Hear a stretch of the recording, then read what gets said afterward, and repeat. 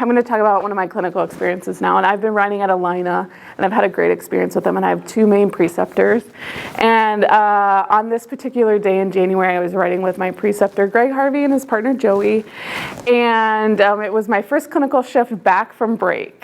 And so I was unsure of everything, and the first call out, so my shift started at noon and goes to 1 a.m. And our first call right out of the gate was for a 38-week pregnant woman who was in active labor. Usually those types of calls can go different ways. A lot of times they're not in active labor, and we usually just transport them to where they've been getting their medical care. And that was kind of what we did in this scenario. So we showed up on scene, and she was in labor. Contractions were about 5 minutes apart when we arrived, and so at that point, we were like, okay, we don't want to birth this baby here. The mom doesn't want to have this baby here. So let's just go. So we're driving code 3 to the hospital, which code 3 is lights and sirens. So you can go code 2, which is routine, and code 3 is for our critical patients. And everyone knows if you work in EMS, you do not want to deliver a baby, and you especially don't want to deliver a baby in an ambulance. So my preceptor, Greg, it's his call, and so I'm helping him back there, and I'm coaching the woman. It was her second child. She had a cesarean section for her first child, which is also kind of puts alarm bells in my head because usually they don't deliver vaginally again. It's another C-section.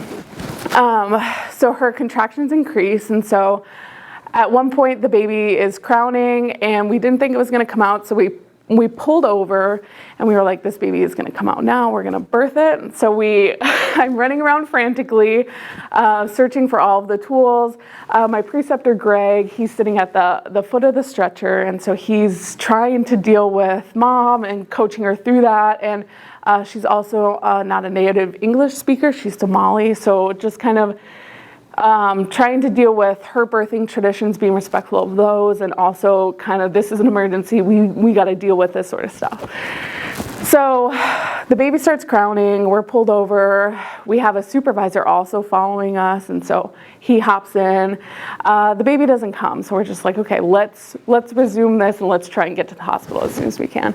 Well, the baby decided to come because babies are on their own timeline, and so the mom, it was just a wild experience. The mom had the baby, and I did not think it was going to come out because she didn't deliver vaginally the first time, and it did.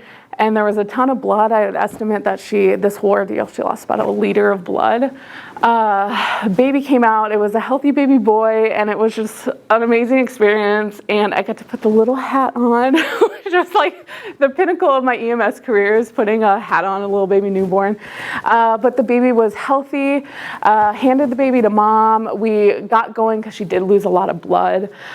We got her up to Mercy Mother Baby, and we took her there. We got the care there. I got to cut the umbilical cord en route, so I got to clamp it.